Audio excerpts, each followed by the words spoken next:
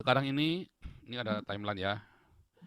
Ya, ini Islam akan mengalami kehancuran sampai titik ini.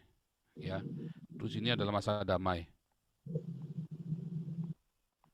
karena Islam mengalami kehancuran, cuma tinggal sedikit aja.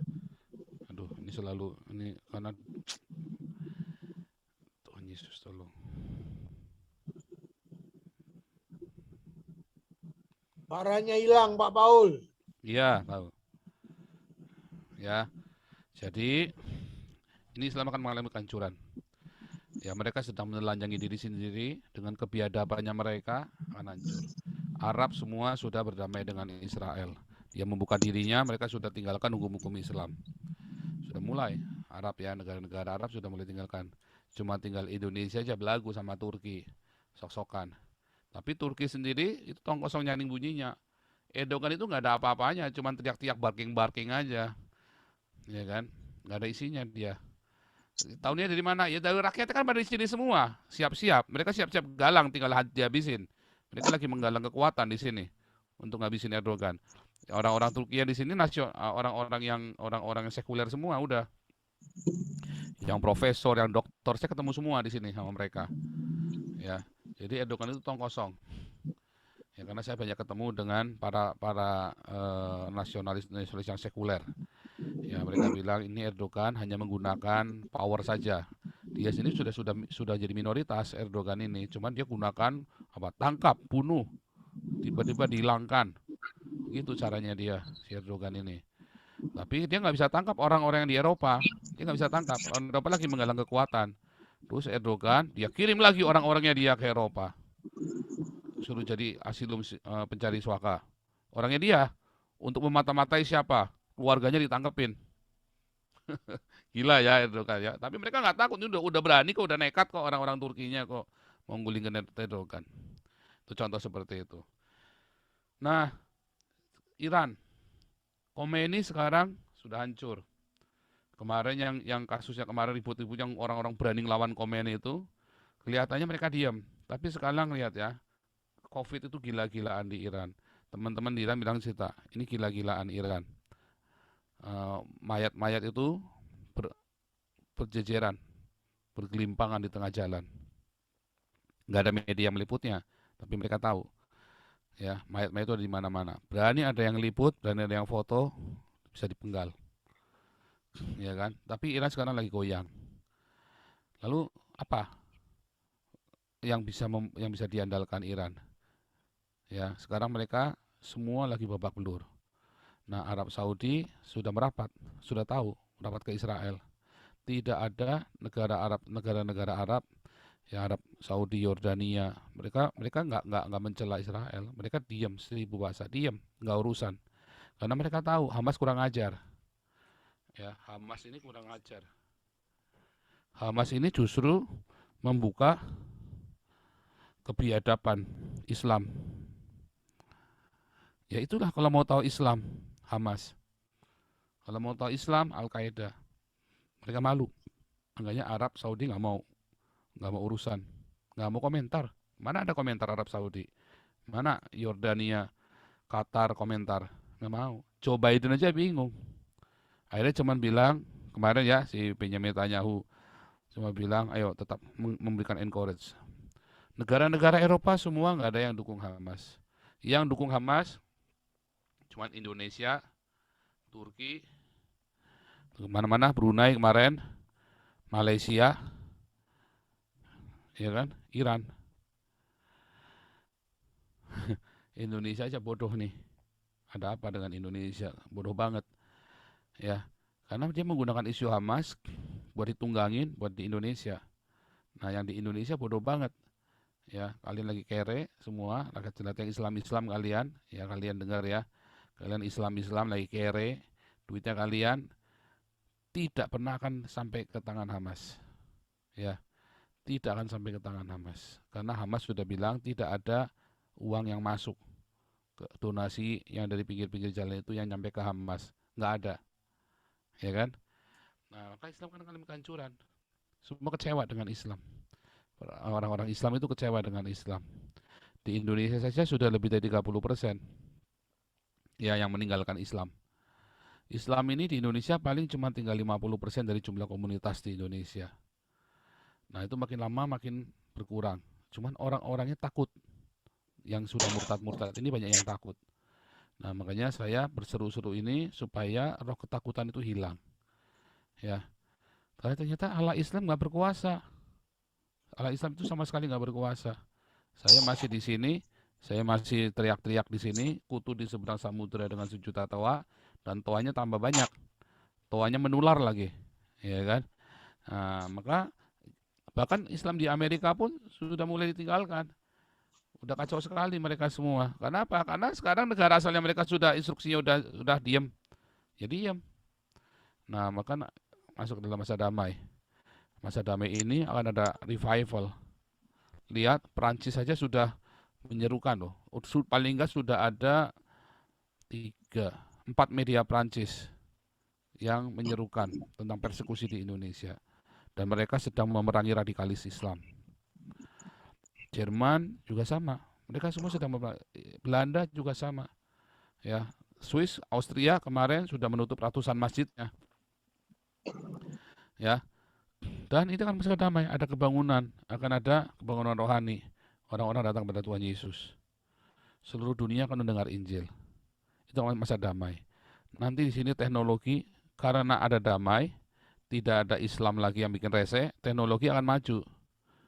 Ya, disinilah perekonomian dunia akan maju. Kemudian tiba-tiba ada dibajak, perekonomian dunia dibajak. Contohnya, tiba-tiba servernya microchipnya yang seluruh dunia dibajak. Itulah bentuk terorisme Islam di sini. Ya, dalam 2 Tesalonika tadi, dia akan Islam, mereka menampakkan dirinya sebagai antikris. Sekarang belum ada kekuatan yang menahannya. Tapi suatu ketika Roh Kudus akan diambil, sehingga bencana alam itu di mana-mana seluruh dunia. Ya kan, sama seperti waktu zaman Nuh. Kan Yesus kan mengilustrasikan zaman Nuh. Roh Kudus diangkat, wah, kena bencana macam-macam, sama seperti zaman Nuh. Dibilang begitu kan. Tiba-tiba ada bencana di mana-mana.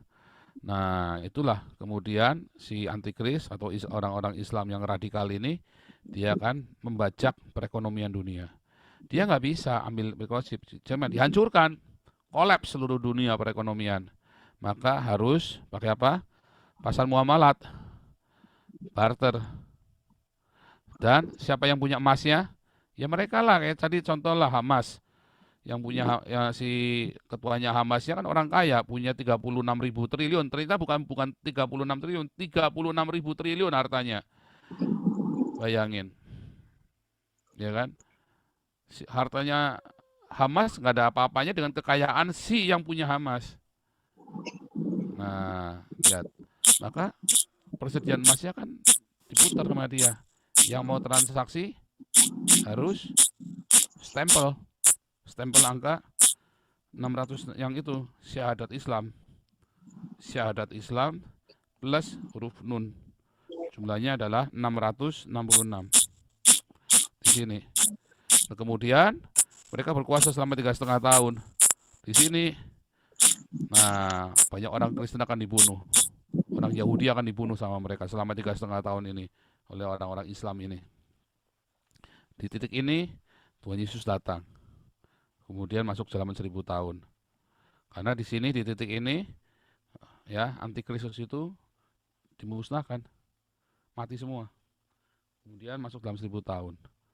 Gitu ya, itu ceritanya begitu. Jadi ada masa damai dulu kita. Islam nggak akan menang ini. Nanti baru setelah masa damai orang lengah. Damai, aman. Di Tesalonika bilang ya, tadi saya cari ayatnya belum ketemu. Ada damai, aman, tenang. Nah, tiba-tiba itu datang tuh. Nah, itu itu yang akan terjadi seperti itu. Ya. Itu kata Alkitab seperti itu. Yang benar. Ya, lanjut dulu tadi. Ya, Pak Adriansa Bangun. Lanjut. Oke, siap Pak. Om Swastiastu. Swastiastu. Rahayu. Salam. Rahayu. Ya, pertama Pak, tadi untuk ada beberapa teman tadi rekan kita yang mengatakan untuk berbagi diakonia itu untuk katanya jualan 7.000 ya per ini. Lebih baik usulan saya gini, Pak. Usulan saya yang pertama ini adalah kalau ada warteg-warteg di sekeliling kita atau warung Padang yang murah, itu kan driver-driver ojek itu juga kan banyak yang kelaparan sekarang, Pak, yang agak sedikit mereka susah ya untuk cari makan. Kenapa tidak kalau kita bayarin mereka di warteg, di warung-warung Padang gitu ya.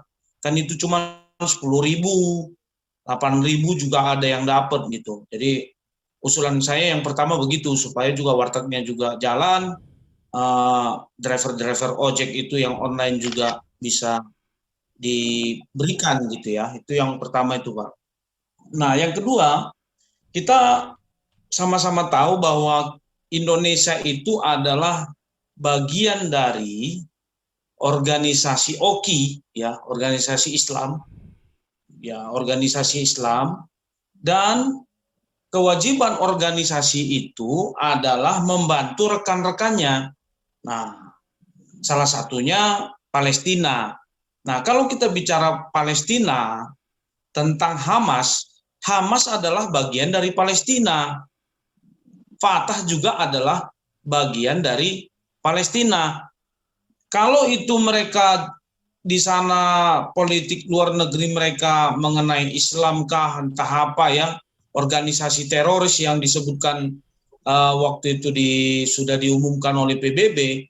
Nah, itu sebetulnya serba susah juga kalau tidak membantu, karena bagian dari OKI juga mereka gitu. Jadi ini juga menjadi bahan pertimbangan daripada pemerintah kita untuk membantu mereka.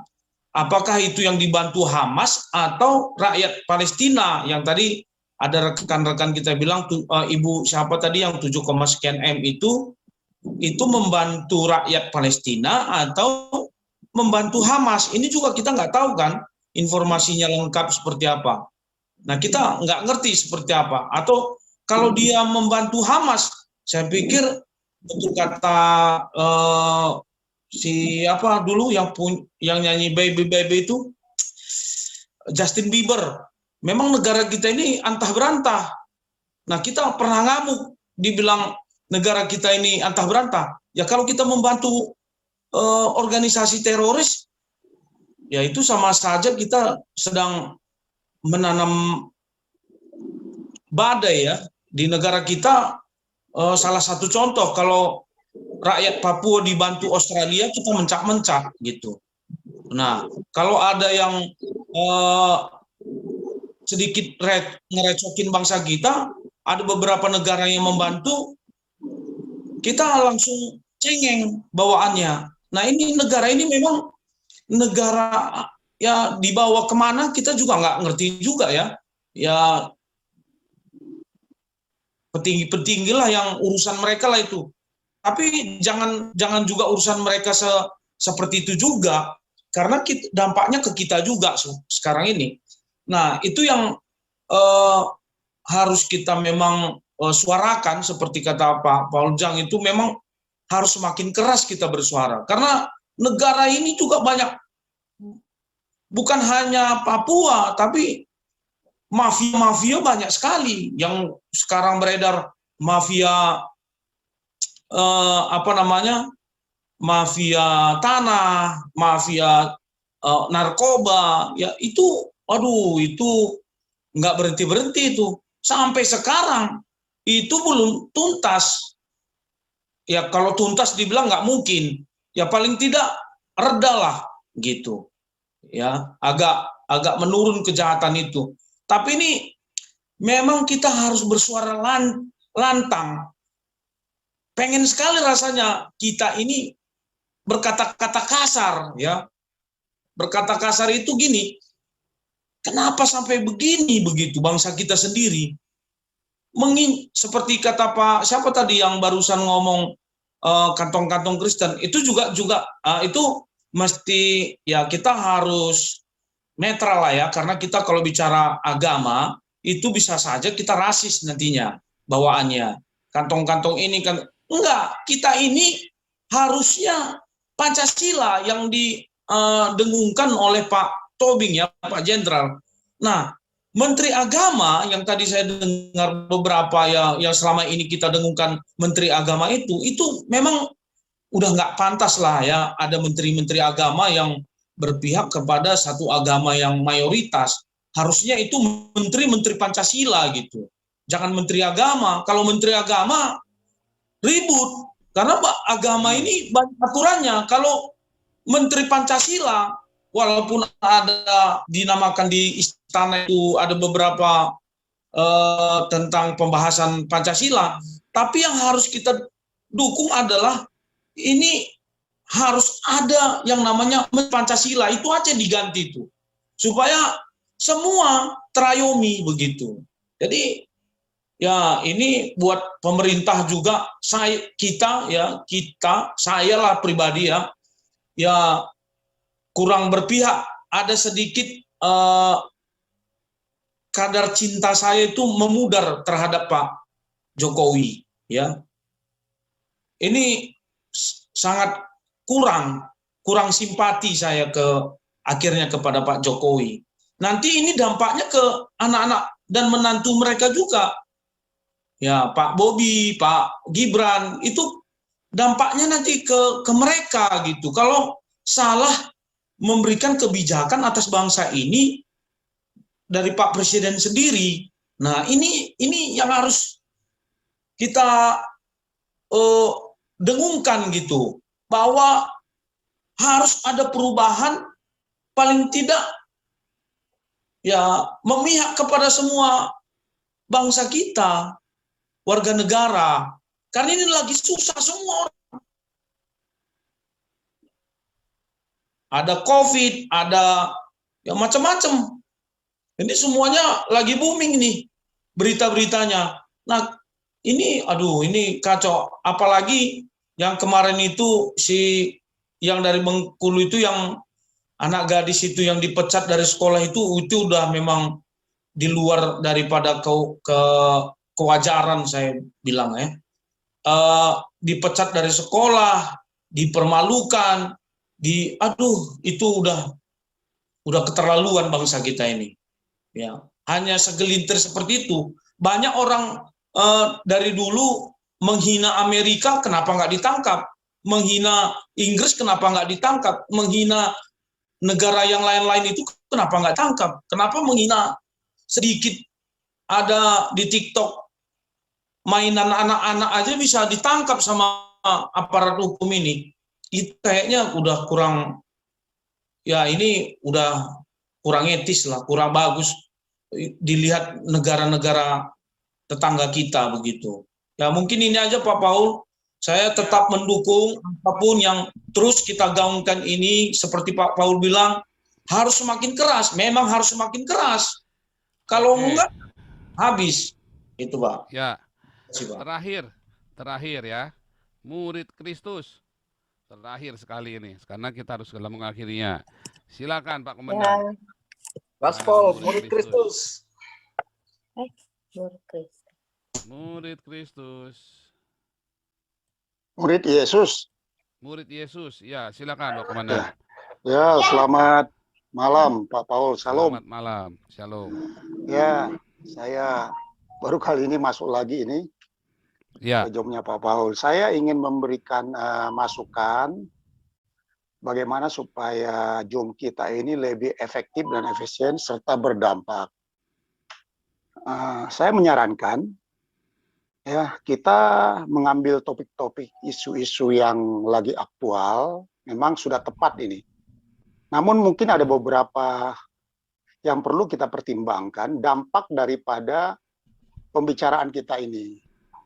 Tentunya ini harus berdampak positif khususnya bagi bangsa Indonesia. Kalau kita kalkulasikan kira-kira di Indonesia ini kan ada 3 komponen lah. Ada Muslim, Kristen, kemudian yang ketiga Hindu-Buddha. Tentunya yang mendengar ini mungkin kebanyakan adalah Kristen dan Muslim. Kristen ini mungkin bisa kita bagi menjadi 2. Ada yang peduli, ada yang apatis sama sekali. Jadi apapun yang kita perbuat ini mungkin tidak berdampak. Tapi kita ingin meraup yang peduli ini. Semakin besar jumlahnya. Kemudian kalau kita kalkulasikan ini kelompok Muslim, ini bisa kita kalkulasikan menjadi 4 lah. Yang pertama adalah kelompok yang radikal. Ya mungkin jumlahnya bisa sekitar 30% lah. Kemudian ada yang fanatik biasa, fanatik tapi tidak terlalu radikal. Ini mungkin kelompok terbesar. Kemudian ada mungkin yang netral, 20%, jadi tidak terlalu peduli. Nah, tapi ada juga yang pro. Yang pro ini mungkin seperti kemarin pembicara-pembicara yang masuk ke sini, Bu Koni dan segala macam, yang mengerti tentang sejarah dan seperti apa Israel itu. Tapi ini jumlahnya kan sangat minim. Nah, ini yang perlu kita galang, mereka menyuarakan juga. Jadi mungkin masih ada yang lain. Saya kemarin tertarik 3 hari yang lalu melihat di Metro TV, kalau nggak salah, ada satu pembicara mantan duta besar Mesir. Beliau tuh kalau tidak salah adalah pakar politik yang juga mengajar di Universitas Pertahanan. Nah, beliau tuh cukup ini, salah satu yang sempat saya dengar itu, beliau menyatakan bahwa Israel itu melakukan itu dalam rangka mempertahankan diri. Jadi saya lihat cukup netral. Ya, siapa saya lupa, kalau tidak salah beliau itu asalnya dari Makassar ya, Arab Makassar itu. Nah, itu perlu kita cari orang-orang seperti itu supaya apa yang kita bahas ini bisa merubah, khususnya mungkin yang radikal sulit kita merubah. Kelompok yang fanatik biasa ini. Karena saya yakin ya dari beberapa pergaulan saya sama teman-teman Muslim itu mereka tetap ada fanatisme, cuma tidak radikal. Nah, ini yang perlu kita robah mungkin, yang mungkin jumlahnya sekitar 50% dari masyarakat Muslim kita ini bisa berubah menjadi netral. Ya, dengan kita membahas topik-topik antara lain, contohnya seperti Palestina. Yang pertama mungkin kita harus tunjukkan bukti-bukti yang menyatakan bahwa Israel itu tidak penjajah. Itu kita harus buktikan melalui fakta-fakta mungkin yang dapat. Yang kedua adalah kita bisa membuktikan bahwa menurut kitab suci maupun Al-Quran, sebenarnya pemilik daerah sekarang itu, tanah Kanaan itu adalah sebenarnya adalah Israel. Justru orang Israel itu adalah bangsa yang dijolimi karena sampai 2 kali mereka keluar dari negaranya sendiri pada zaman Babilonia dan juga mungkin pada zaman Romawi. Nah, kemudian yang ketiga secara historis dan secara hukum. Nah, kemudian juga yang berikutnya kita tunjukkan bahwa Israel yang mereka bilang Zionisme dan segala macam penjajah, kita tunjukkan melalui banyak bukti-bukti perbuatan orang Israel yang sangat manusiawi seperti yang kemarin dikemukakan itu. Jadi supaya topik yang kita bicarakan ini efektif dan berdampak, khususnya bagi rekan-rekan, saudara-saudara kita Muslim yang fanatik-fanatik biasa. Kalau yang radikal mungkin agak sulit. Nah, kemudian yang kedua, saya sarankan, saya lihat sudah cukup banyak ini jaringan yang sudah terbentuk di JOM ini. Ya, saya yakin kita berada di sini tidak kebetulan. Sebagaimana pernah saya katakan, kita lahir di Indonesia ini sebagai orang Kristen, ada suku Batak, ada turunan Tionghoa, itu tidak kebetulan, itu pasti ada rencana Tuhan. Ya, justru ini harusnya kita ambil sebagai suatu jabatan yang diberikan Tuhan yang luar biasa kepada kita, yang berbeda mungkin dengan teman-teman yang lahir di negara-negara mayoritas Kristen. Nah, saya lihat ini banyak yang punya potensi di sini, seperti Pak Tobing ya, beliau boleh kita katakan ahli strategi. Nah, tapi saya lihat belum mungkin seperti Pak Hendro ya, beliau saya lihat cukup wawasan politiknya, dan Pak Gajah Mada. Nah, kita kalau menurut saya, jadi supaya ini berdampak khususnya menghadapi 2024, kalau kita lihat percaturan politik di Indonesia, itu hanya bisa 2 untuk bisa berkuasa di Indonesia ini. Yang pertama melalui jalur politik, ya, parpol tentunya. Ya, tentu parpol kita sekarang tidak ada lagi parpol Kristen kan. Yang kedua melalui ormas, ya, seperti Muhammadiyah, itu NU itu kan diperhitungkan. Meskipun dia parpol, tapi diperhitungkan. Ya, seperti kita lihat di kabinet. Ya, mereka itu datang bukan dari parpol. Yang diperhitungkan ini saya lihat, mungkin kita orang-orang Kristen tidak berpikir sampai ke sana. Kalau ingin kita berkuasa hanya melalui jalur politik. Nah, kita tidak mungkin tidak punya ormas Kristen yang kuat. Seperti PGI saya lihat itu hanya simbol saja, hampir tidak berperan di berbagai permasalahan-permasalahan yang dihadapi oleh umat-umat Kristen. PGI itu hanya ya simbol saja, hanya saluran-saluran yang digunakan pemerintah secara formal, tetapi sama sekali tidak berdampak. Bahkan mungkin sinode-sinode tidak terlalu peduli dengan PGI. Ya. Nah, ini yang perlu. Jadi saya berharap ini kita semakin besar ini, semakin membangun jaringan yang luas, tapi perlu kita juga menghadapi 2024. Ya, karena terus terang Indonesia ini warnanya itu ditentukan melalui politik. Memang kita lihat ada beberapa anak-anak Tuhan yang masuk di kabinet, ya mereka itu survivor secara pribadi.